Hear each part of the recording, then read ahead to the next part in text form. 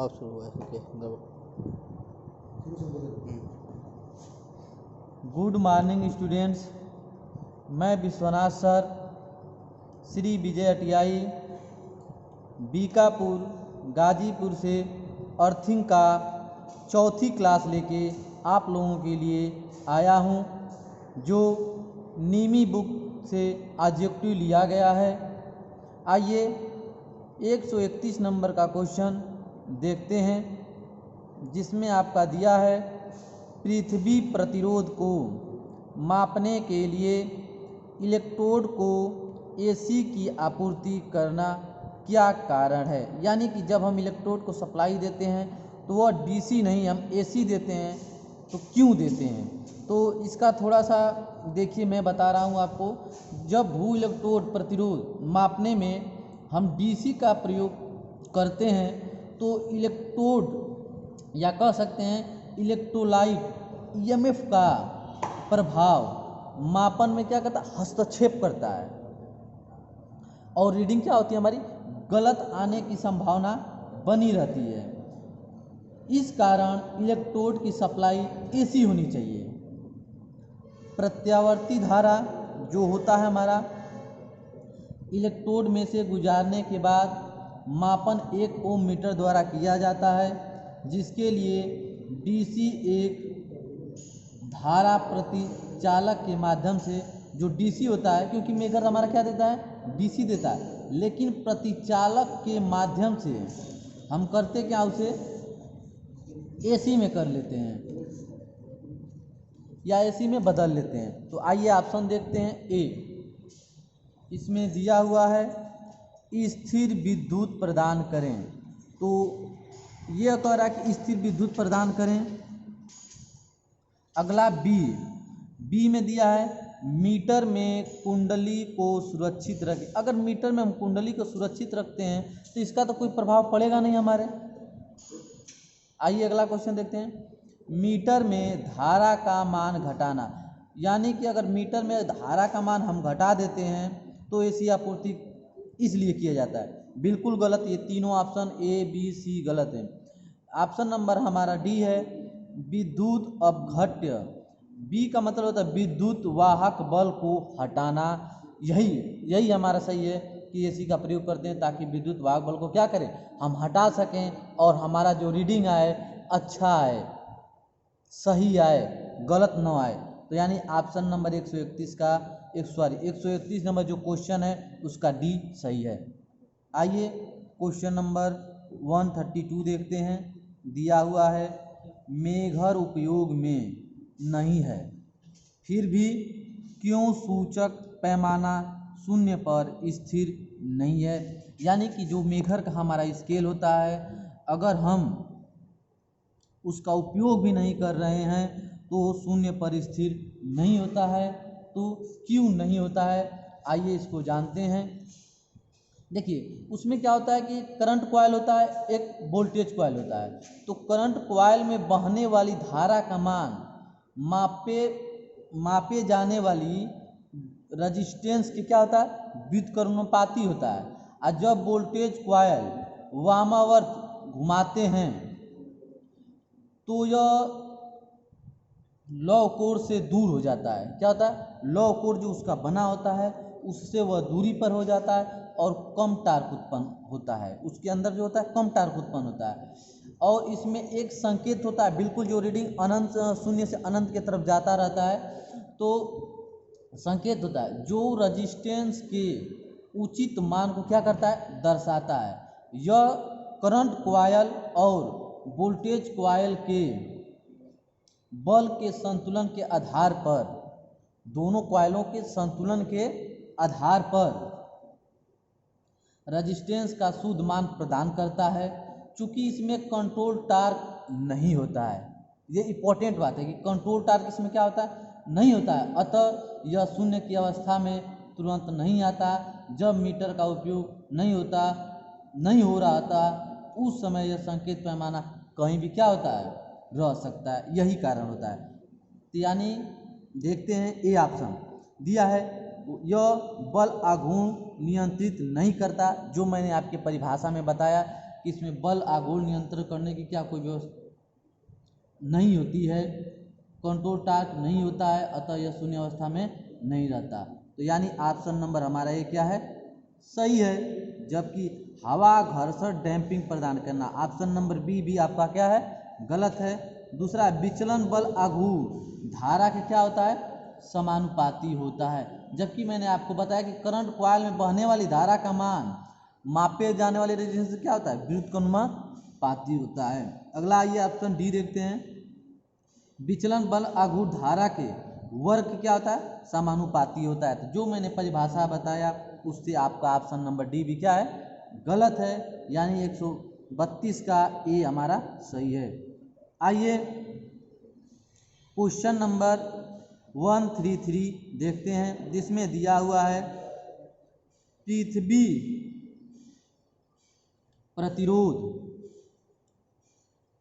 प्रतिरोध परीक्षक में ओ मीटर सुई के विक्षेपण किसके अनुपाती होता है या किसके अनुपातिक है। तो पहला ऑप्शन दिया है धारा कुंडली में धारा। तो एक इसका डिफरेंस यह होता है कि मेघर में आपको मैंने बताया एक संकेत होता है जो रेजिस्टेंस के उचित मान को दर्शाता है। यह करंट कॉइल और वोल्टेज कॉइल के, यह जो होता है करंट कॉइल और वोल्टेज कॉइल के बल के संतुलन के आधार पर, करंट कॉइल और वोल्टेज कॉइल दोनों के संतुलन के आधार पर रेजिस्टेंस को शुद्ध रूप से मापता है या प्रदान करता है। तो देखते हैं अब ऑप्शन। दूसरा दिया है current in the potential coil, यानी कि विभव कुंडली में धारा। दूसरा आपका दिया है हैंडल घूर्ण की गति, सी वाला ऑप्शन है आपका। जबकि डी दिया है दो कुंडलियों में धारा का अनुपात, यानी कि जो दो कुंडली उनके धारा का अनुपात, इस जो मैंने आपको प्रश्न बताया इससे आपका यह ऑप्शन क्या है, सही है। क्योंकि करंट कॉइल और वोल्टेज कॉइल के बल के संतुलन के आधार पर यह रेजिस्टेंस को क्या करता है, हमारा ओम मीटर सुई की विक्षेपण बताता है। तो इसका ऑप्शन नंबर डी सही है। आइए 134 क्वेश्चन देखते हैं। इसमें दिया हुआ है पृथ्वी प्रतिरोध परीक्षक किस सिद्धांत पर काम करता है, यानी कि पृथ्वी का जो हम रेजिस्टेंस नापते हैं प्रतिरोध परीक्षक, वह किसके सिद्धांत पे कार्य करता है। जो आपका ऑप्शन नंबर ए दिया है स्वप्रेरण, यानी कि सेल्फ इंडक्शन के सिद्धांत पे। तो जो हमारा सेल्फ इंडक्शन होता है, यदि किसी बदलती हुई करंट या कह सकते हैं एसी करंट वाले कॉइल के पास या किसी कॉइल में बदलने वाली करंट को गुजारा जाए तो उसमें एक ईएमएफ उत्पन्न होता है, जिसको बोलते हैं इलेक्ट्रोमोटिव फोर्स। बल उत्पन्न होता है या कह सकते हैं पैदा होता है, जिसे हम सेल्फ इंडक्शन कहते हैं। तो ये तो ठीक इसके क्या हुआ, विपरीत हुआ। जो पूछ रहा है उसके क्या है, विपरीत हुआ। अगला देखते हैं बी वाला ऑप्शन आपका दिया हुआ है म्यूचुअल इंडक्शन, यानी अन्योन प्रेरण के सिद्धांत पे। तो आइए अन्योन प्रेरण मैं आपको बता दूं यह क्या है। तो यदि किसी एसी कॉइल है, उसको हम क्या किए, करंट दिए, और उसके पास दूसरे कॉइल को हम क्या कर दिए, उसके पास रख दिए, तो उसमें भी क्या होता है, एक ईएमएफ उत्पन्न होता है, इलेक्ट्रोमोटिव फोर्स उत्पन्न होता है। उसे हम म्यूचुअल इंडक्शन कहते हैं, जो हमारा ट्रांसफार्मर पे कार्य करता है। क्या, ट्रांसफार्मर कार्य करता है, न कि हमारा पृथ्वी का प्रतिरोध परीक्षक कार्य करता है। तो ऑप्शन नंबर हमारा भी क्या है, गलत है। अब आइए ऑप्शन नंबर सी देखते हैं। तो इसमें ऑप्शन नंबर आपका सी में दिया हुआ है विभव, क्या दिया हुआ है, विभवपात विधि। तो विभवपात विधि का मैं आपको बता दूं कि जो हमारा पृथ्वी भू परीक्षण होता है, यह विभवपात विधि के सिद्धांत पे क्या करता है, कार्य करता है। क्योंकि जो हमारा इलेक्ट्रोड ए और बी के बीच, देखिए इलेक्ट्रोड तीन होते हैं, ए बी सी, जिसको तीन टर्मिनल कहते हैं। तो ए और बी के बीच जो हमारा वोल्टेज पाथ होता है, उसी से हम पृथ्वी का प्रतिरोध परीक्षण करते हैं, यानी ऑप्शन नंबर हमारा सी क्या है, सही है। जबकि अगला डी ऑप्शन हमारा दिया हुआ है, देखते हैं फ्लेमिंग के बाएं हाथ का नियम, यानी कि जो फ्लेमिंग के हमारा बाएं हाथ का नियम है उसको हम देखते हैं। तो इसमें यह कह रहा है कि जो फ्लेमिंग का बाएं हाथ का नियम, तो देखिए फ्लेमिंग का जो हमारा बाएं हाथ का नियम है यही होता है कि चुंबकीय क्षेत्र में किसी विद्युत धारा को, देखिए यहाँ पे जैसे मैं बनाया हूँ, विद्युत धारा के घूमने की दिशा जानने के लिए फ्लेमिंग के बाएं हाथ का नियम हम उपयोग करते हैं। तो इसमें क्या होता है, यानी कि घूमने की दिशा, विद्युत धारा की घूमने की दिशा, इसमें क्या करते हैं कि ये आपस में, देखिए ये जो आपस में तीन उंगलियां हैं इनको आपस में देखिए 90 अंश पे कर लिए, देखिए ये इसके 90 अंश पे है और ये इसके 90 अंश पे है, सीधा 90 अंश पे है।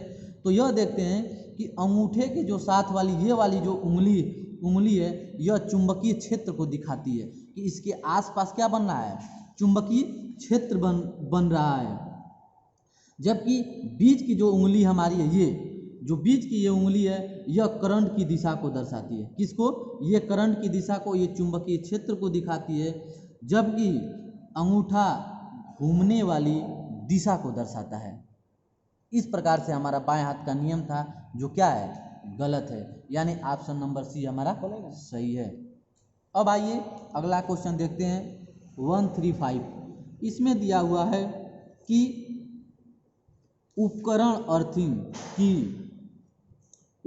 अर्थिंग की तुलना में सिस्टम अर्थिंग अलग क्यों है, यानी कि दोनों की तुलना कर रहा है कि दोनों आपस में अलग क्यों हैं।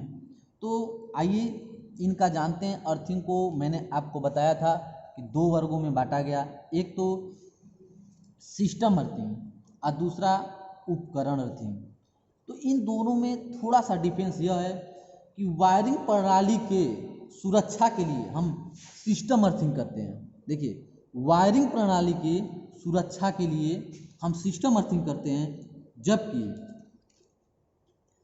कार्यशाला, धात्विक भाग एवं चालक जिसमें धारा का प्रवाह क्या हो रहा है और उसके लीकेज करंट हमारे धात्विक बॉडी में क्या हो आए, तब वहाँ पे हम उपकरण अर्थिंग करते हैं ताकि मानव जीवन, पशुओं एवं संपत्ति की सुरक्षा की जा सके, वहाँ पे हम उपकरण अर्थिंग करते हैं। तो आइए देखते हैं ऑप्शन नंबर ए।